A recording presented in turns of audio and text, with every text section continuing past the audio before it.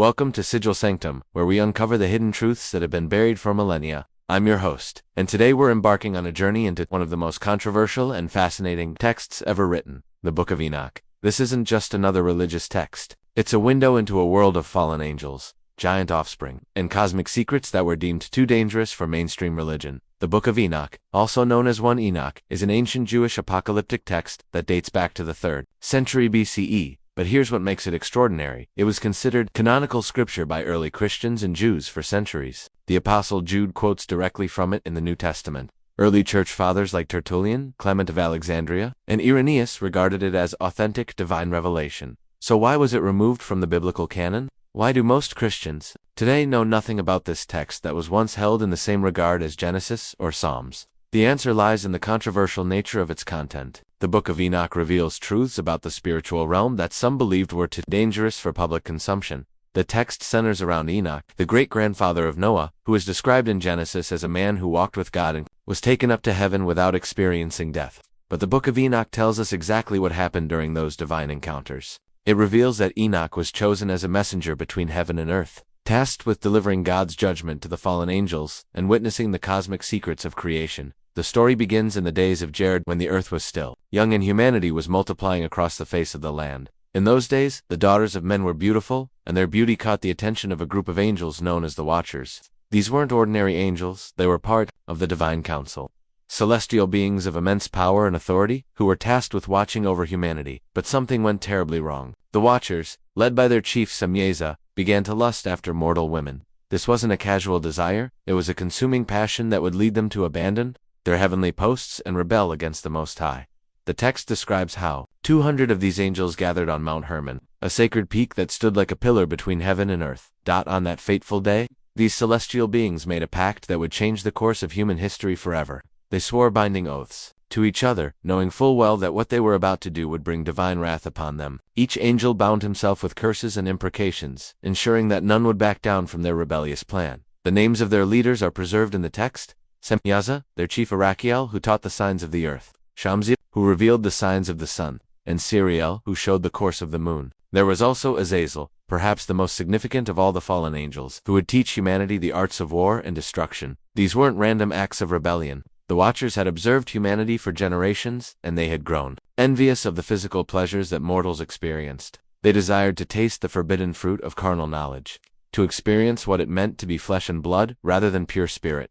The descent of the Watchers was more than just a physical journey from heaven to earth. It was a spiritual fall that would corrupt the very foundations of creation. As these mighty beings took human wives, they violated the fundamental order that God had established. Angels were meant to be messengers and servants, not lovers and fathers. The consequences of this cosmic adultery would be catastrophic. Union between divine beings and mortal women would produce offspring that were neither fully human nor fully angelic hybrid creatures that would terrorize the earth and corrupt humanity beyond recognition. But the Watchers' rebellion wasn't limited to sexual transgression. They also shared celestial knowledge that was never meant for human minds. They taught humanity secrets that would accelerate civilization at a terrible cost, introducing arts and sciences that would be used for destruction rather than creation. Before we dive deeper into this ancient conspiracy, I want to connect with our global audience. Where in the world are you watching from right now? Are you joining us from the bustling streets of New York, the ancient lands of Egypt, or perhaps from somewhere in the remote mountains where the Watchers once descended? Drop your location in the comments below. It's fascinating to see how this ancient text continues to captivate people across every continent and culture. And if you're finding value in this deep dive into forbidden knowledge, please hit that subscribe button and ring the notification bell. Here at Sigil Sanctum, we regularly uncover hidden truths from ancient texts that mainstream sources won't touch. We explore the mysteries that have been deliberately hidden from public view, and your subscription helps us continue this the work of bringing light to the darkness. Now, let's talk about the forbidden knowledge that the Watchers shared with humanity. This wasn't just casual information. These were cosmic secrets that had been hidden since the foundation of the world. The fallen angels didn't just corrupt themselves through their unions with human women. They also corrupted human civilization by introducing knowledge that humanity wasn't ready to handle. Azazel, one of the most prominent fallen angels, became the great teacher of warfare. He showed men how to forge swords, knives, shields, and breastplates. He revealed the secrets of metallurgy, teaching humans how to extract metals from the earth and shape them into instruments of death. Before Azazel's teachings, human conflict was limited to simple weapons like stones and clubs. But with his knowledge, humanity developed the capacity for organized warfare on a massive scale.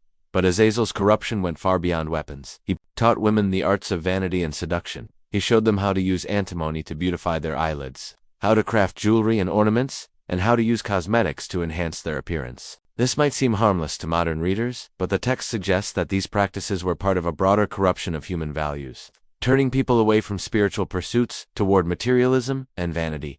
Other fallen angels contributed their own forbidden knowledge to humanity's corruption. Semyeza taught enchantments and root cuttings, what we might call herbalism and potion making. Armoros revealed the secrets of resolving enchantments, essentially teaching countermagic. Barakiel instructed humans in astrology, teaching them to read the movements of celestial bodies to predict future events. Kakabol taught the constellations, giving humanity a deeper understanding of the night sky that would later be used for navigation and timekeeping. Ezekiel revealed the knowledge of clouds, teaching weather prediction and manipulation. Arakiel showed the signs of the earth, including earthquake prediction and geological knowledge. Shamziel unveiled the secrets of the sun, while Sariel taught the course of the moon. This accumulation of knowledge might seem beneficial, but the text presents it as fundamentally corrupted. The problem wasn't the knowledge itself, but the fact that humanity received it prematurely, without the spiritual maturity to use it wisely. It was like giving nuclear weapons to children. The power was real, but the wisdom to wield it responsibly was absent. The rapid advancement of human civilization through this angelic instruction created a society that was technologically sophisticated, but spiritually bankrupt. People became obsessed with material pleasures, warfare, and magical practices while forgetting their divine purpose. The knowledge that was meant to elevate humanity instead became the tool of its destruction. The text describes how godlessness spread across the earth as humanity embraced these forbidden arts. People began to worship the very angels who had corrupted them, establishing cults and religions based on the teachings of the fallen watchers. Sacred knowledge that was meant for celestial beings alone was being used for profane purposes by mortals who didn't understand its true significance. This corruption wasn't limited to a few individuals or tribes. It spread like a plague across the entire antediluvian world. The knowledge shared by the Watchers became the foundation of what we might call the first global civilization, a society that was united in its rebellion against divine authority. The parallels to our modern world are striking. We live in an age of unprecedented technological advancement, where knowledge that was once the exclusive domain of specialists is now available to anyone with an internet connection. We've unlocked the secrets of the atom, mapped the human genome, and developed artificial intelligence that rivals human cognition. Yet despite all this knowledge, our world is plagued by warfare, environmental destruction, and spiritual emptiness. Perhaps the Book of Enoch serves as a warning about the dangers of knowledge without wisdom, progress without moral foundation. The fallen angels gave humanity the tools to transform the world, but they didn't provide the wisdom to use those tools responsibly. The result was a civilization that was advanced in its capabilities, but primitive in its values. The unholy unions between the Watchers and human women produced offspring that were unlike anything the world had ever seen. These were the Nephilim, a word that means fallen ones in Hebrew. The text describes them as giants of enormous stature, with some accounts suggesting they stood 3,000 cubits tall. If we take this literally, these beings would have been over 4,500 feet in height. Towering monsters that dwarfed even the largest mountains. But the Nephilim weren't just physically imposing, they possessed supernatural abilities, inherited from their angelic fathers. They had strength that could move mountains, speed that could outrun the wind, and intelligence that surpassed mortal understanding. They were, in every sense, demigods, beings that bridged the gap between heaven and earth but belonged fully to neither realm. The birth of these giants marked the beginning of a new age of terror on earth. At first, the Nephilim were sustained by the normal produce of human agriculture and animal husbandry, but their appetites were enormous, and their needs quickly outstripped humanity's ability to provide for them. The text describes how these giants consumed all the acquisitions of men, not just food, but all the resources that human civilization had accumulated. When the earth could no longer sustain their needs through normal means, the Nephilim turned to more horrific solutions. They began to hunt and consume wild animals, devouring entire species in their insatiable hunger. Birds, beasts, reptiles, and fish. Nothing was safe from their appetites. The natural order that God had established was being systematically destroyed by these hybrid monsters, but even this wasn't enough to satisfy their hunger. The text reveals the most disturbing aspect of the Nephilim's existence. They eventually turned to cannibalism, consuming not just animals but human beings as well. The very people who had once provided for them became their prey. Humanity, which had been created to have dominion over the earth, found itself at the mercy of these giant predators. The Nephilim didn't just consume flesh, they also drank blood, violating one of the most fundamental divine commandments. The consumption of blood was forbidden because life was said to be in the blood, and taking that life force was considered a direct affront to God's creative power. The giants' bloodthirsty nature revealed their fundamentally corrupt essence. These beings established themselves as the rulers of the antediluvian world, creating kingdoms and empires based on terror and oppression. They weren't content to simply exist, they demanded worship and submission from the humans they preyed upon. The text suggests that many of the ancient mythologies that speak of gods and titans are actually corrupted memories of these rulers. The Greek myths of the titans, the Norse stories of the Jotuns, the Hindu tales of the Asuras, all of these may be cultural echoes of humanity's traumatic memories of the Nephilim's reign. These weren't benevolent gods bringing civilization to humanity, but tyrants who established their dominion through violence and fear. The Nephilim's influence extended beyond mere physical domination. They corrupted human culture, introducing perverse religious practices, twisted forms of government, and depraved social customs. They taught humans to worship power rather than righteousness, to value strength over wisdom, and to embrace violence as a means of solving problems. Under the rule of the Nephilim, human civilization became a nightmare of constant warfare, religious perversion, and moral decay. The text describes how violence filled the earth, how every imagination of man's heart was evil continually. This wasn't just individual wickedness, it was systemic corruption that infected every aspect of society. The giants also perverted the natural order in other ways. They engaged in genetic manipulation, creating hybrid creatures that were abominations in God's sight.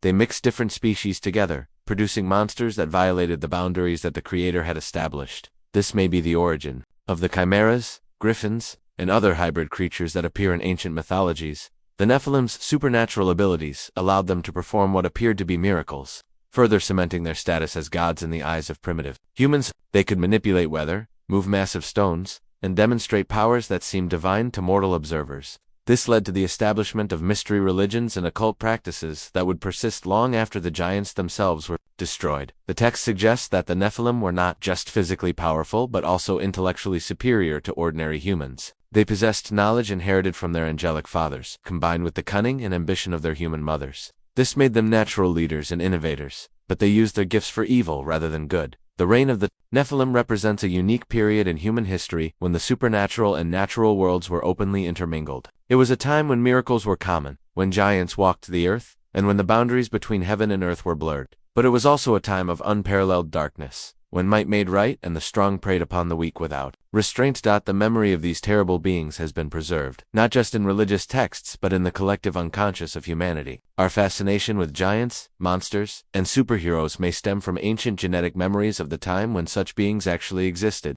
The fear and awe that these stories evoke in us may be echoes of the terror that our ancestors experienced. Under the rule of the Nephilim, the corruption of the earth had reached such catastrophic levels that the very foundations of creation were threatened. The cries of the innocent and the oppressed rose up to heaven like smoke from a burning sacrifice, and the Creator could no longer ignore the abominations that were being committed on earth. The text describes how the archangels Michael, Raphael, and Gabriel witnessed the chaos unfolding below and brought their urgent concerns before the throne of the Most High.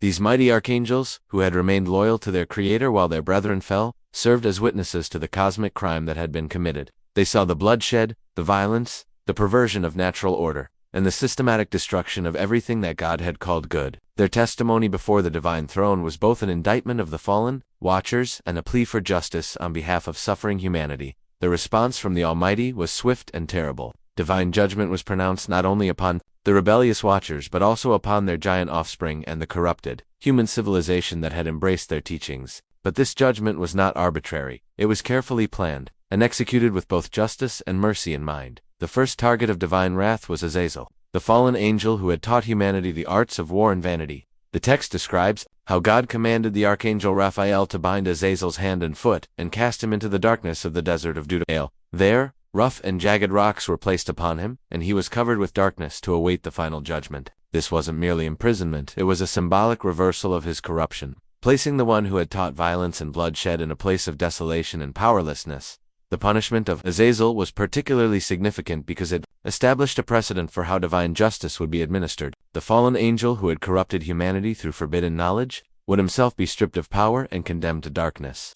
His fate served as a warning to all spiritual beings about the consequences of rebellion against divine authority. But Azazel's punishment was only the beginning. The archangel Gabriel was commissioned to destroy the children of the Watchers, the Nephilim themselves. The text describes how these giants would be turned against each other, destroying themselves, in battles that would shake the very foundations of the earth. This wasn't just execution, it was a demonstration of how evil ultimately destroys itself when divine restraint is removed. The destruction of the Nephilim was both a mercy and a judgment. It was a mercy because it ended their reign of terror and freed humanity from their oppression. But it was also a judgment because these beings, despite their supernatural abilities, were ultimately mortal and subject to divine authority. Their destruction proved that no amount of power or knowledge could protect those who stood against the Creator. Meanwhile, the Archangel Michael received the commission to deal with Semyeza and his associates, the original 200 Watchers who had initiated the rebellion. These fallen angels were bound fast for 70 generations in the valleys of the earth, condemned to witness the destruction of their beloved offspring while being powerless to intervene.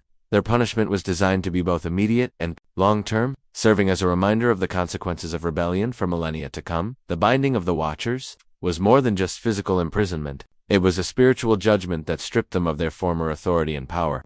Angels who had once been part of the divine council, who had access to the throne room of heaven, were reduced to chained prisoners awaiting their final doom. Their fall from grace was complete and irreversible, but the corruption had spread too far among humanity itself. The knowledge shared by the Watchers had become so deeply embedded in human civilization that it could not be easily removed. The violence, the occult practices, the perversion of natural order, all of these had become integral parts of human culture. The only solution was a complete cleansing of the earth. The decision was made to destroy the antediluvian world through a great flood. This wasn't a hasty decision made in anger, but a carefully considered response to a situation that had become irredeemably corrupt. The text reveals that only Noah and his family had remained relatively uncontaminated by the influence of the Watchers, making them the sole candidates for survival.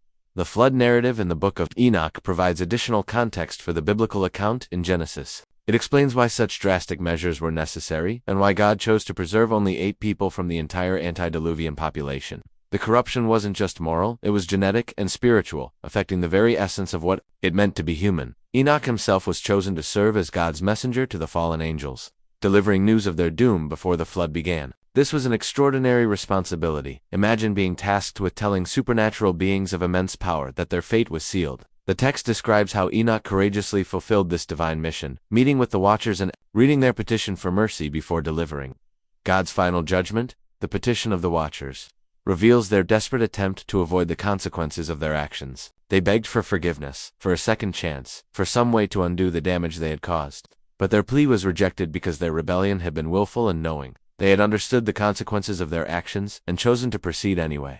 The flood itself was more than just a natural disaster, it was a cosmic reset button that would cleanse the earth of supernatural corruption and give humanity a fresh start. The waters that covered the earth served as a baptism for the planet, washing away the stain of angelic rebellion and giant oppression. But the story doesn't end with the flood. The text reveals that the spirits of the destroyed Nephilim would continue to plague humanity as demons and evil spirits. These disembodied entities, neither fully human nor fully angelic, would seek to possess and corrupt future generations. This explains, according to Enoch, the ongoing presence of evil in the post-flood world. The judgment of the Watchers and their offspring established important theological principles that would echo through subsequent religious texts. It demonstrated that divine justice is real and inevitable, that rebellion against God's order has consequences, and that no amount of power or knowledge can protect those who choose evil over good. Enoch's role as divine messenger wasn't limited to delivering judgment to the fallen angels.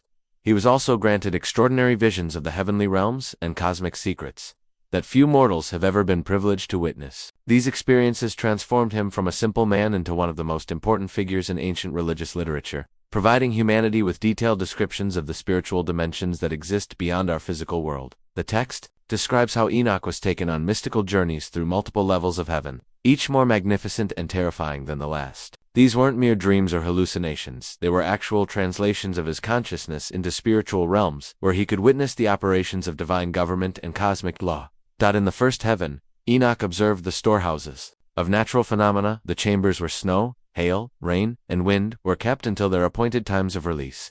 He saw how the Creator had organized the forces of nature like a vast cosmic orchestra, with each element playing its part. In the symphony of creation, this wasn't random chaos, but carefully orchestrated harmony, with every snowflake and raindrop serving a divine purpose. The second heaven contained the prisons of the fallen angels and the places prepared for their eternal punishment. Enoch witnessed the cosmic justice system in operation, seeing how divine judgment was not arbitrary, but based on perfect knowledge of all actions and intentions. He observed the different categories of spiritual beings and understood how the rebellion of the Watchers had disrupted the celestial hierarchy.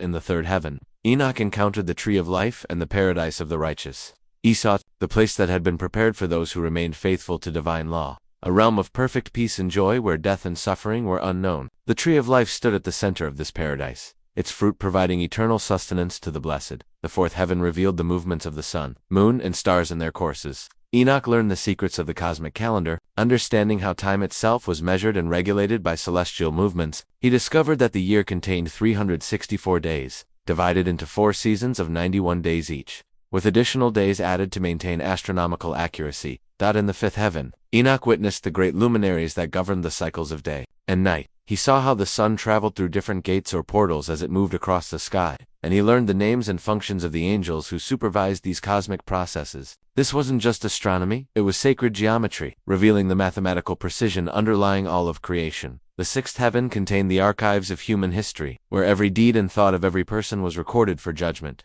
Enoch saw how divine justice operated with perfect knowledge, taking into account not just actions but intentions, not just public deeds but private thoughts. He understood that nothing was hidden from divine sight, and that all would eventually be held accountable for their choices. The seventh heaven was the throne room of the Most High, a place of such magnificence that Enoch could barely comprehend or describe it. The throne itself was made of crystal and surrounded by rivers of fire, with wheels like the shining sun. Thousands upon thousands of angels ministered before the throne, yet the one who sat upon it needed no counselor or advisor. The description of God's throne room in the Book of Enoch would later influence the prophet Ezekiel's vision of the divine chariot and the apostle John's revelation of the heavenly throne. The imagery of crystal, fire, and countless angelic hosts became standard elements in Jewish and Christian descriptions of divine majesty. Enoch's encounter with the divine presence was both terrifying and transformative. He describes falling on his face in fear and trembling, overwhelmed by the magnitude of what he was witnessing. The gap between human and divine nature was made abundantly clear. Yet he was also shown mercy and grace that enabled him to survive the experience. During his heavenly journey, Enoch was also shown the fate of human souls after death. He saw, for hollow places in the west where the spirits of the dead were gathered, separated according to their deeds in life. The righteous were in a place of comfort and light, while the wicked were in darkness and torment. This provided one of the earliest detailed descriptions of the afterlife in Jewish literature. The righteous dead were described as dwelling near a bright spring of water, symbolizing the refreshment and peace that awaited them. They were not suffering but waiting in comfort for the day of resurrection and final judgment. Their spirits were preserved in a state of blessed consciousness, aware of their salvation and looking forward to eternal rewards. The wicked dead, by contrast, were in a place of torment and darkness, already experiencing the consequences of their choices. They were conscious of their doom and filled with regret for their actions, but it was too late for repentance. Their fate was sealed, and they could only await the final judgment that would determine their eternal punishment. Enoch also witnessed the destruction of the earth by fire that would precede the final judgment. He saw how the present world order would be dissolved and replaced by a new creation where righteousness would dwell. This apocalyptic vision provided the framework for much of later Jewish and Christian eschatoho, the cosmic revelations granted to Enoch weren't just theological abstractions, they were practical instructions for righteous living. He learned how to calculate the proper times for religious observances, how to understand the signs of the times, and how to distinguish between divine and demonic influences. This knowledge made him a valuable guide for those seeking to live in accordance with divine will. Perhaps most importantly, Enoch's heavenly visions revealed the ultimate triumph of good over evil. Despite the apparent victory of the fallen angels and their offspring, despite the corruption of humanity and the destruction of the antediluvian world, the final outcome was never in doubt. God remains sovereign over all creation, and his purposes would ultimately be fulfilled. The Book of Enoch presents the cosmic drama in which temporary setbacks and apparent defeats are part of a larger divine plan. Evil is permitted to exist for a time, but it will eventually be defeated and removed from creation. The righteous will be vindicated, the wicked will be punished, and the original harmony of creation will be restored. The Book of Enoch's influence on religious thought extends far beyond its ancient origins. This remarkable text has shaped Jewish mysticism, early Christian theology, and Islamic traditions in ways that continue to resonate today. Its themes of angelic rebellion, divine judgment, and cosmic conflict have provided a foundational narrative for understanding the nature of evil and the ultimate destiny of humanity in early Christianity. The Book of Enoch was widely regarded as authentic scripture. Church fathers like Tertullian cited it as divine revelation, and the Apostle Jude directly quotes from it in his epistle. The text's description of fallen angels provided the theological framework for understanding the origin of demons and the nature of spiritual warfare. Early Christians saw in Enoch's visions a preview of the apocalyptic events that would culminate in Christ's return. The influence of Enoch can be seen throughout the New Testament. Jesus' description of angels ascending and descending, Paul's references to spiritual principalities and powers, and John's apocalyptic visions all echo themes first developed in the Enochic literature. The concept of a final judgment where the righteous are rewarded and the wicked are punished draws heavily from Enoch's cosmic courtroom scenes. But the text's influence wasn't limited to Christianity. Jewish mystical traditions, particularly those that developed into Kabbalah, drew extensively from Enochic themes. The idea of hidden knowledge being revealed to specially chosen individuals, the concept of multiple levels of heaven, and the detailed descriptions of angelic hierarchies all became central elements in Jewish esoteric thought. In Islamic tradition, Enoch is identified with the prophet Idris, who is mentioned in the Quran as being raised to a lofty station. Islamic scholars have long debated whether the Book of Enoch represents authentic prophetic revelation or later religious speculation, but its influence on Islamic angelology and eschatology is undeniable. The question remains, why was such an influential text removed from the biblical canon? The answer is complex and involves both theological and practical considerations. Some scholars argue that questions about the text's authorship and dating led to its exclusion from the Hebrew canon around the 2nd century CE. Others suggest that the text's graphic descriptions of angelic rebellion and sexual transgression were considered too controversial for public consumption. The detailed cosmology presented in the Book of Enoch also conflicted with developing rabbinical interpretations of Scripture. The text's explicit descriptions of multiple heavens, its complex angelology, and its detailed prophecies about the end times didn't fit neatly into the theological frameworks that were being developed by Jewish and Christian authorities.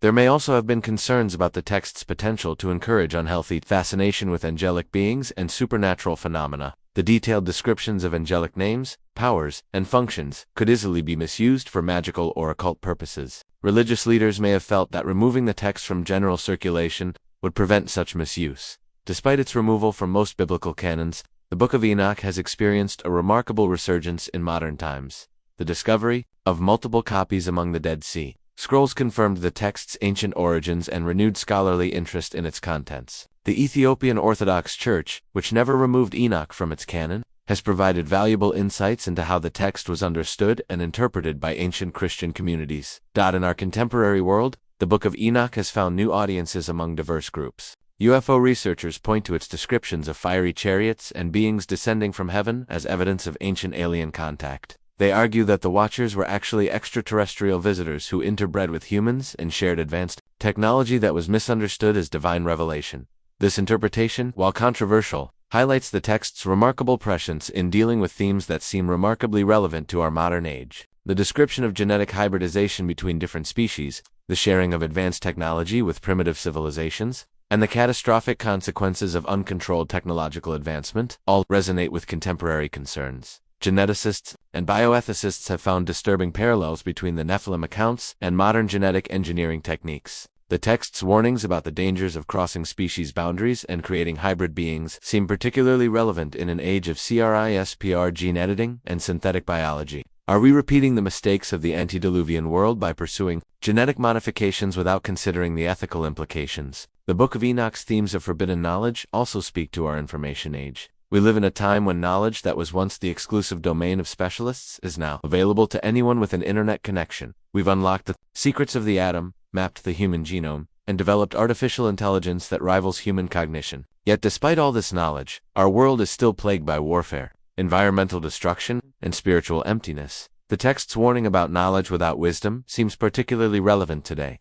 The fallen angels gave humanity powerful tools and information, but they didn't provide the moral framework needed to use these gifts responsibly. Similarly, our modern technological capabilities have far outpaced our ethical development, creating a world where we can do almost anything but still struggle with the question of what we should do. Environmental scientists have found in the Book of Enoch a powerful metaphor for humanity's relationship with nature. The text describes how the Nephilim consumed all the Earth's resources and then turned to destructive behaviors when those resources were exhausted. This narrative parallels our own environmental crisis, where unsustainable consumption patterns are leading to climate change, species extinction, and ecological collapse.